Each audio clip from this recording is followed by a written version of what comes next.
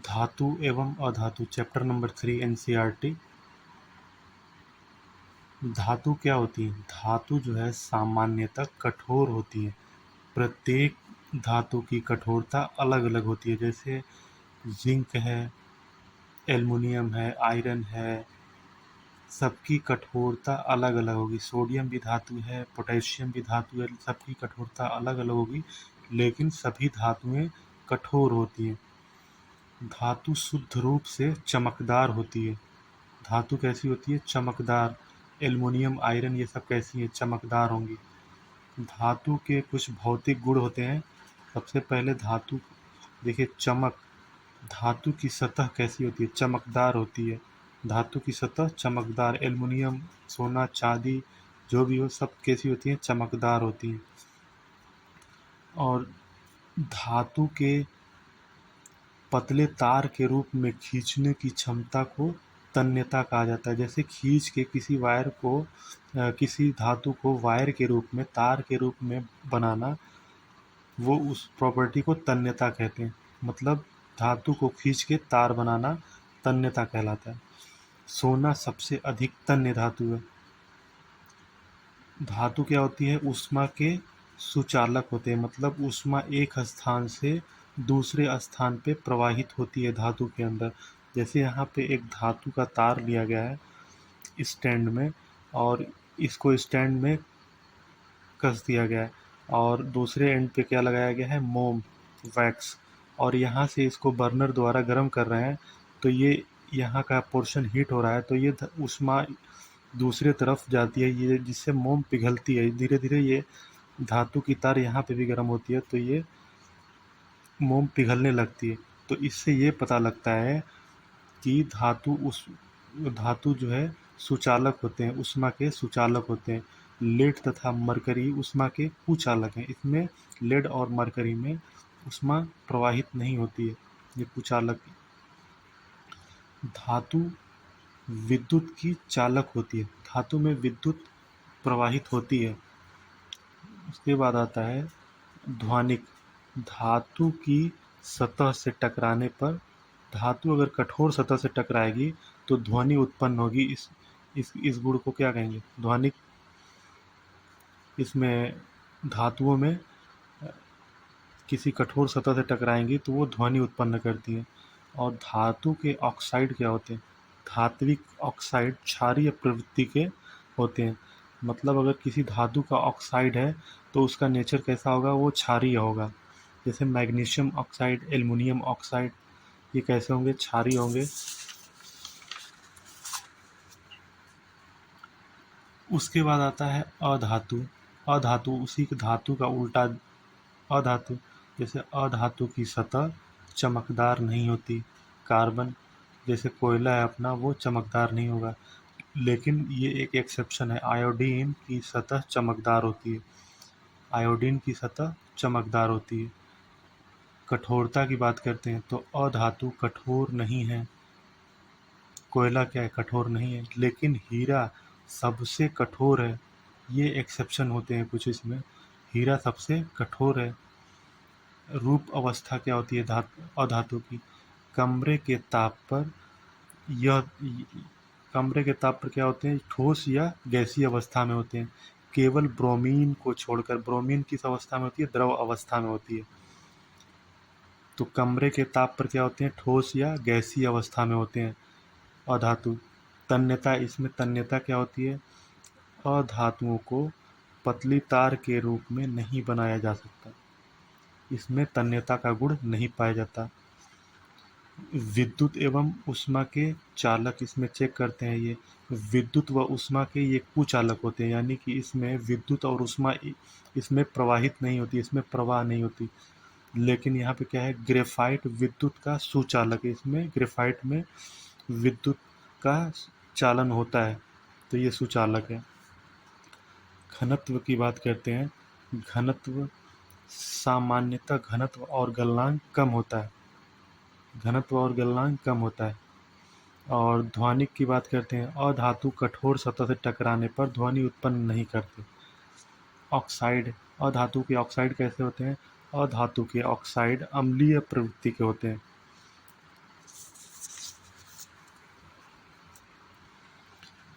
उसके बाद कुछ रासायनिक गुण, धातुओं के रासायनिक गुणधर्म क्या होते हैं। धातु का अगर वायु में दहन किया जाए तो क्या होगा, धातु को ऑक्सीजन में दहन करने पे क्या धातु के ऑक्साइड बनेंगे। जैसे कॉपर को ऑक्सीजन में दहन करने पर कॉपर ऑक्साइड बनता है काले रंग का। एल्युमिनियम को अगर दहन करें तो एल्युमिनियम ऑक्साइड बनेगा।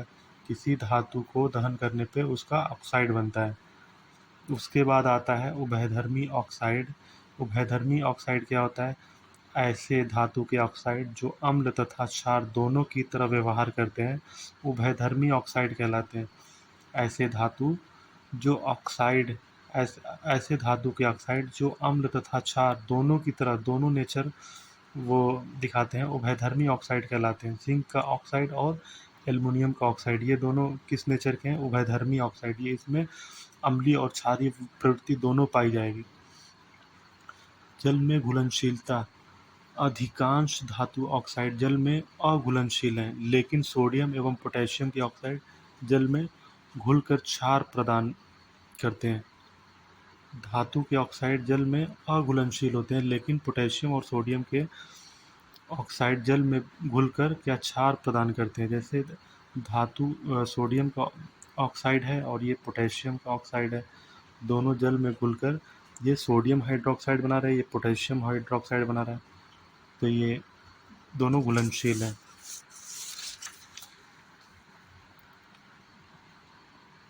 धातु जल से अभिक्रिया करके क्या बनाती है। धातु की देखो जल से अभिक्रिया होगी तो धातु ऑक्साइड और हाइड्रोजन गैस रिलीज होती है।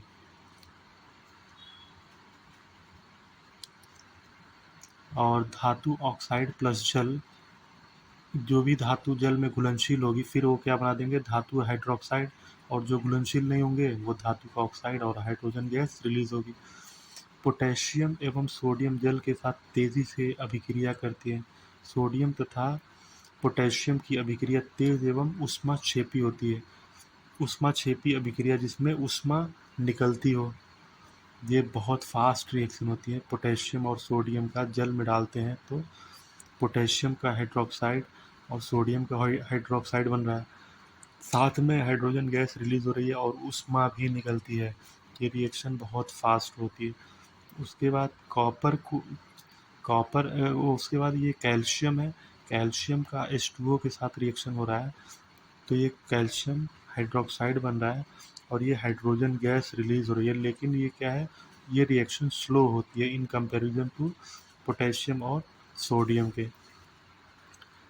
मैग्नीशियम जल के साथ अभिक्रिया करता है तो क्या होता है, मैग्नीशियम गर्म जल के साथ। देखो मैग्नीशियम की अभिक्रिया गर्म जल के साथ होती है तो मैग्नीशियम हाइड्रोक्साइड बना रहा है और साथ में हाइड्रोजन गैस रिलीज हो रही है। उसके बाद आता है एल्युमिनियम, आयरन तथा जिंक ये भाप के साथ अभिक्रिया करते हैं, ना कि ठंडे जल और नॉर्मल जल के साथ नहीं करते, ये भाप के साथ इनकी अभिक्रिया होती है। तो ये भाप के साथ अभिक्रिया होती है तो क्या बनाते हैं, एल्युमिनियम का ऑक्साइड बन रहा है और हाइड्रोजन गैस रिलीज होती है। आयरन का ऑक्साइड बन रहा है और हाइड्रोजन गैस रिलीज हो रही है। लेड तथा कॉपर, सिल्वर, गोल्ड धातुएं जल के साथ अभिक्रिया नहीं करती। लेड, कॉपर, सिल्वर, गोल्ड धातु जल के साथ अभिक्रिया नहीं करती।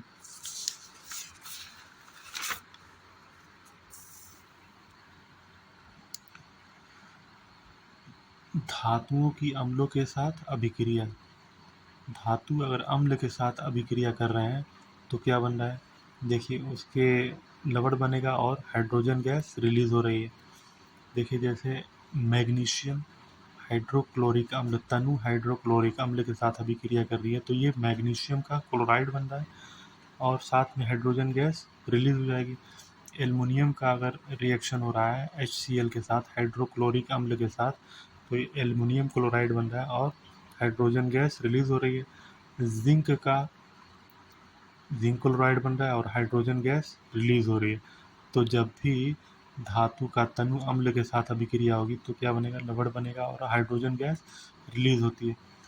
अब नाइट्रिक अम्ल के साथ अभिक्रिया होती है तो क्या बनता है, धातु का नाइट्रिक अम्ल HNO3 के साथ अभिक्रिया होती है तो क्या बनता है, सबसे पहले तो HNO3 एक क्या है, प्रबल ऑक्सीकारक है, प्रबल अम्ल है ये। तो H2 गैस जो इसमें निकलती है उसको ऑक्सीकृत करके H2O में परिवर्तित कर देता है ये, और स्वयं नाइट्रोजन के किसी ऑक्साइड में परिवर्तित हो जाता है, जैसे N2O या NO या NO2 में ये चेंज हो जाएगा। जो हाइड्रोजन होगा उसको ऑक्सीकृत करके H2O में परिवर्तित कर देता है। एक एग्जाम्पल देख लेते हैं यहाँ पे। ये कॉपर है, नाइट्रिक एसिड के साथ रिएक्शन हो रही है, तो कॉपर नाइट्रेट और NO2 प्लस H2O। यहाँ पे हाइड्रोजन गैस नहीं होगी, यहाँ पे H2O, क्योंकि ये ऑक्सीकृत कर देता है इसको। अन्य धातु लवणों के विलयन के साथ धातु कैसे अभिक्रिया करते हैं। देखो, धातु जो है अगर किसी लवण के विलयन के साथ अभिक्रिया करेंगे, जैसे धातु A है और धातु B लवण का विलयन है, तो ये क्या करते हैं, अगर ये ज़्यादा रिएक्टिव होगा, ज़्यादा क्रियाशील होगा A, तो ये B को उसके विलयन से विस्थापित कर देगा। अगर ये लेस रिएक्टिव होगा, कम क्रियाशील होगा इन कंपैरिजन टू B, तो ये क्या करेगा, इसको विस्थापित नहीं कर पाएगा। अभी ये क्या करते हैं, धातु विस्थापित कर देते हैं। एक एग्जांपल्स देखते हैं यहाँ पे। देखो, जिंक जो है कॉपर सल्फेट के जलीय विलयन से कॉपर को विस्थापित कर देता है, क्योंकि जिंक ज़्यादा क्रियाशील है कॉपर की तुलना में। अब ये हमें कैसे पता लगेगा कि कौन ज़्यादा क्रियाशील है और कौन कम क्रियाशील है। उसके लिए एक सारणी दी हुई है जिसको हमें देख के पता लग जाएगा कि कौन ज़्यादा क्रियाशील है, कौन किसके विलयन से विस्थापित कर पाएगा। जैसे यहाँ पे जिंक ज़्यादा क्रियाशील था, तो कॉपर सल्फेट के विलयन से कॉपर को विस्थापित कर दे रहा था और जिंक सल्फेट बना रहा था। तो वो देखते हैं टेबल जो बनती है सक्रियता श्रेणी का, वो टेबल देखिए, सबसे ज़्यादा जो क्रियाशील है पोटेशियम है, उसके बाद सोडियम है, उसके बाद कैल्शियम है, उसके बाद मैग्नीशियम है। ये क्रियाशीलता का क्रम है। उसके बाद एल्युमिनियम है, जिंक है, आयरन है, लेड है, हाइड्रोजन है, कॉपर, तांबा, मरकरी या पारा जिसको कहते हैं, सिल्वर, गोल्ड। गोल्ड सबसे कम क्रियाशील है। सबसे अधिक क्रियाशील क्या है, पोटेशियम। जैसे हम पिछले एग्जाम्पल में था, जिंक जो था कॉपर को विस्थापित कर दे रहा था, तो जो भी ऊपर वाले होंगे वो नीचे वाले के विलयन में से विस्थापित कर लेंगे, लेकिन नीचे के कोई होगा तो वो ऊपर वालों के विस्थापित नहीं कर पाएगा। सबसे अधिक क्रियाशीलता और सबसे कम क्रियाशीलता, यानी ऊपर से नीचे आने पे क्रियाशीलता कम हो रही है। तो सबसे अधिक क्रियाशील पोटेशियम और सबसे कम क्रियाशील गोल्ड, AU।